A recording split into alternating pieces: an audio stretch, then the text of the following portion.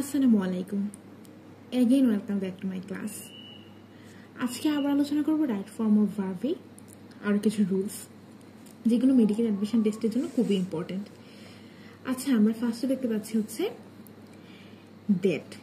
এই দ্যাটের যুক্ত যদি দুটা সেন্টেন্স হয় তাহলে দ্যাটের আগে যে সেন্টেন্সটা হবে তা হবে পাস্ট ইনডিফিনিট, আর পরে যা হবে তা হবে পাস্ট পারফেক্ট।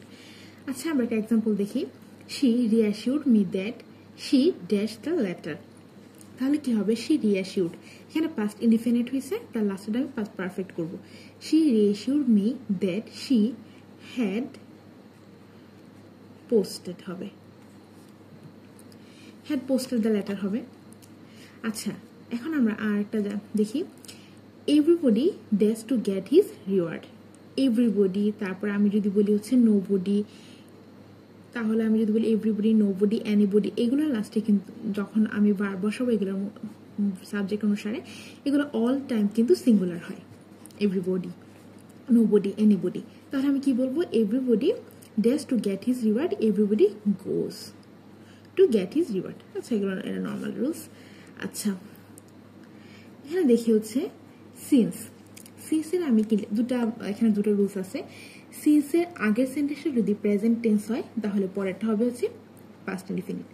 আবার সিন্সের যদি আগেরটা হয় হচ্ছে পাস্ট ইনডিফিনিট, পরেরটা হবে হচ্ছে পাস্ট পারফেক্ট। এখানে আমি একটা এক্সাম্পল দেখি। ইট is long since the writer dash him. এখানে আমি দেখতে পাচ্ছি সিন্সের আগে এটা কি হলো? এটা হচ্ছে ইট ইজ লং, মানে হচ্ছে এটা প্রেজেন্টে আছে, তাহলে অবশ্যই পরে পাস্ট হবে। It is long since the writer made him. আবার আমি যদি পরে দেখি it was long since the writer dash him, এখানে ওয়াজ, তাহলে কি পাস্ট ইনডিফিনিট আছে, অবশ্যই পাস্ট পারফেক্ট হবে। It was long since the writer had made him. এভাবে সহজে করা যায়। আমাদের দুটো রুলস খেয়াল রাখতে হবে যে আমার আগে কি বলছে পরে কি বলছে। এখানে আমি শূন্যস্থান কিন্তু এখানেও দিতে পারতাম, আগে হতে পারে পরে হতে পারে, এভাবেই কিন্তু সেন্টেন্সগুলো আসে অ্যাডমিশন টেস্টের মধ্যে। সো আমাদের খেয়াল রাখতে হবে আগে কি দিছে পরে কি। আচ্ছা, পরেরটা মুভ করি। এখানে আমরা দেখতে পাচ্ছি আর একটা খুবই ইম্পর্টেন্ট একটা রুলস। এটা কিন্তু কমপ্লিটিং সেন্টেন্সও আসে, যারা এসএসসি পরীক্ষা দিবে তাদের ক্ষেত্রে এটা important. No sooner had, hardly had, scarcely had, এগুলোর ক্ষেত্রে কি হয়? নো সোনার হ্যাডের সাথে আমরা এর পরে যেটা হবে, যে সেন্টেন্সটা হবে তা হবে পাস্ট পারফেক্ট, আর দেন যোগ করব, এরপর হবে হচ্ছে পাস্ট ইনডিফিনিট। আবার হার্ডলি হ্যাডের ক্ষেত্রে কি হবে? হার্ডলি হ্যাডের পরেরটা হবে হচ্ছে পাস্ট পারফেক্ট, এখানে আমি আগে দেন যুক্ত করেছিলাম, এখন হবে হয়েন, এরপর হবে পাস্ট ইনডিফিনিট। হার্ডলি আর স্ক্যারসলি হ্যাড দুটো সেম রুলস, এটা সেম হবে। সো আমরা একটা এক্সাম্পল দেখি। No sooner had we the station হবে। এখানে হ্যাড যদি দেওয়া থাকে তাহলে আমি শুধু হচ্ছে ভিত্রি ফর্মটা বসাবো। আর যদি আমার এখানে হ্যাড না দেওয়া থাকতো, আমার যদি থাকতো no sooner we dash rich station, তাহলে আমি দিব হচ্ছে no sooner we had reached হতো, reach station. The train left. আমি যদি আবার হার্ডলি খেতে দেখতাম হার্ডলি উই ড্যাশ স্টেশন, তাহলে hardly we had reached the station. তারপর এখানে আমার দেন হবে নো সোনার ক্ষেত্রে। আর যদি এখানে হার্ডলি বসাতাম তাহলে আমার এখানে হয়েন হইতো, হার্ডলি অথবা স্ক্যারসলি যদি বসাতাম। আচ্ছা, আমরা এখন দেখি। এখানে আমরা মেইনলি জানি হচ্ছে যে কোনো প্রিপোজিশনের ক্ষেত্রে প্রিপোজিশন যুক্ত যে কোনো ওয়ার্ডই যদি থাকে তাহলে হচ্ছে এই ভার্বটা কি হবে? এই ভার্বটা হবে হচ্ছে আইএনজি যুক্ত হবে। প্রিপোজিশনের মধ্যে ইন, অফ, এট, এরকম প্রিপোজিশন এগুলো আমরা নর্মালি ইউজ করি, কিন্তু কিছু ওয়ার্ড প্রিপোজিশনে ইউজ হয় যেগুলো আমরা মানে নর্মালি দেখি না। সো এখানে ভার্বগুলোকে আইএনজি করতে আমাদের অনেক সময় ভুল হয়ে যায়। এগুলো কি ইউজ হয়? দেন, বিসাইড, লাইক, পাস্ট, এগুলো কিন্তু প্রিপোজিশনে ইউজ হয়। তাহলে এগুলো লাস্টে কি হবে? ভার্বের সাথে আমার আইএনজি যুক্ত করতে হবে। আচ্ছা, রিডিং ইজ বেটার দেন কি হবে? এখানে রাইটিং হবে, সিম্পল জিনিস। আমার যদি এখানে বিসাইড থাকতো, লাইক থাকতো, পাস্ট থাকতো, আমি সেম জিনিস করতাম। আচ্ছা, এখানে আমি আরেকটা খুব ইন্টারেস্টিং একটা রুলস। ভবিষ্যৎ কাজে দুটো অংশ যদি হয়েন অথবা অ্যাজ সুন এজ অথবা আনলেস অথবা আনটিল ইন কেস তারা যুক্ত থাকে তাহলে প্রথমটা প্রেজেন্ট ইনডিফিনিট হয় আর দ্বিতীয়টা আবার ফিউচার ইনডিফিনিট হবে। এখানে মেইনলি হচ্ছে ভবিষ্যতে দুটা কাজ যদি একসাথে হয়, যে কাজটা তুলনামূলক আগে হয় সেটাকেই আমরা কি করি? প্রেজেন্ট ইনডিফিনিট করে যাচ্ছি। আচ্ছা আমরা এখানে দেখি একটা এক্সাম্পল আছে I will carry an umbrella in case it dash I will carry an umbrella in case it rains.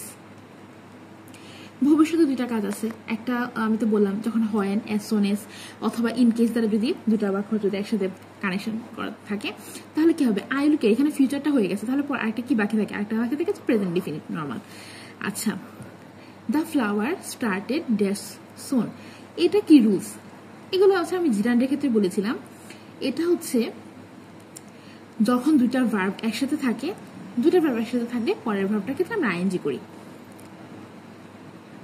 Started fading সোন হবে আবার আমরা যদি দেখি our young generation closest textbook opening Facebook same একটা ভার্ব আমি পেয়ে গেছি একটা ভার্ব মানে একটা ফাইনাইট ভার্ব যখন একটা পেয়ে যায় তখন আমি আরেকটা ভার্বকে নন ফাইনাইট করব আইএনজি যুক্ত করি আইএনজি নন ফাইনাইটের ফর্মগুলো কি আইএনজি যুক্ত হয় ভার্বের লাস্টে টু প্লাস ভি1 হয় মানে হচ্ছে ইনফিনিটিভ হতে পারে এরকম আর কি আচ্ছা আমি যদি আবার দেখি হোয়াইল এই যে হোয়াইলের যে রুলসটা এটা খুবই একটা ইন্টারেস্টিং একটা রুলস এখানে আমি দুইটা এক্সাম্পল দিয়েছি দুইটা হচ্ছে হোয়াইল দ্বারা কিন্তু এখানে ভার্বের ফর্ম কিন্তু দুইটা আলাদা আলাদা হবে এখানে আমি দিলাম while enjoy drama there came my uncle এখানে আছে হচ্ছে এনজয় মানে হচ্ছে হোয়াইলের সাথে সরাসরি যদি হোয়াইলের পরে আমি কোনো ভার্ব দেই তাহলে এখানে আমি এটাকে হচ্ছে আইএনজি ফর্মে রাখবো আচ্ছা আমি যদি আবার খেয়াল করি এখানে হোয়াইল মাই মাদার মানে আমি একটা সাবজেক্ট নিয়ে আসলাম হোয়াইলের পরে তাহলে এটা কি হবে এখানে যে ভার্বটা হবে সেটা আইএনজি যুক্ত হবে না সেটা হবে হচ্ছে পাস্ট কন্টিনিউয়াস তাহলে আমি কি লিখবো হোয়াইল মাই মাদার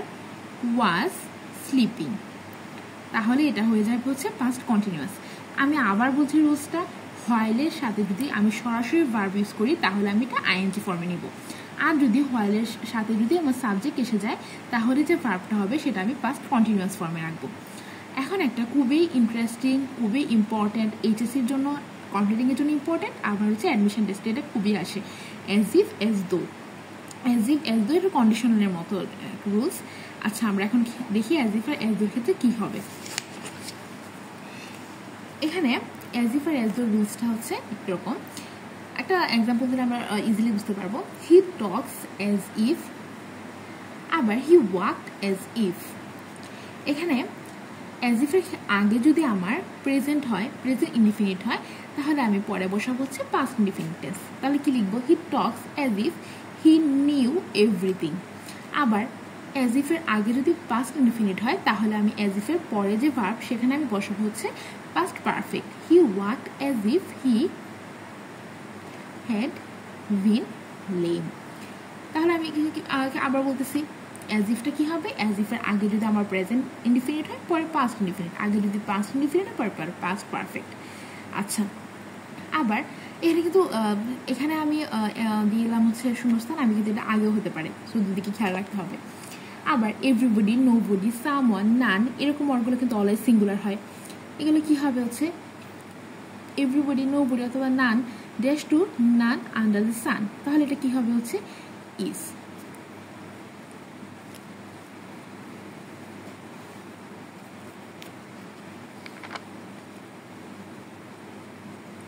আবার একটা রুলস আছে many a man this time in Facebook many a man আমরা জানি কিন্তু মেনি আমার যদি এখানে মেনি ম্যান থাকতো তাহলে এটা কিন্তু অলওয়েজ প্লোরাল মেনি ইউজ করলে হচ্ছে প্লোরাল হয়ে যায় কিন্তু এখানে মেনির সাথে যখন আমি একটা আর্টিকেল এ ইউজ করব তখন কিন্তু এটা সিঙ্গুলার ভার্ব ক্যারি করে মেনি এ ম্যান কি হবে হচ্ছে ওয়েস্ট আমি এখানে এস দিব সাথে আবার আমি যদি বলি any of my friends dash there any of my friends আমি এটা আগেও একটা রুলসে বলেছি যে অফের আগের অংশ দেখে আমার ভার্ব সিলেক্ট করতে হয় তাহলে কি হবে আগেটা আমার অবশ্যই সিঙ্গুলার তাহলে এনি অফ মাই ফ্রেন্ডস কি হবে হচ্ছে গোজ দেয়ার আচ্ছা আবার ভয়েসের ফর্মটা কিন্তু সবাই জানি অ্যাক্টিভ ভয়েস প্যাসিভ ভয়েস আমরা কি করি যখন আমরা অ্যাডমিশন টেস্টের জন্য প্রিপারেশন নিই তখন আমরা অলওয়েজ এত কঠিন পড়তে আমরা যদি ইজি যে জিনিসগুলো সেগুলো আমরা বাদ রেখেছি সেগুলো আমরা ভুল করি বেশি সো আমি এটা একটু হালকা আলোচনা করি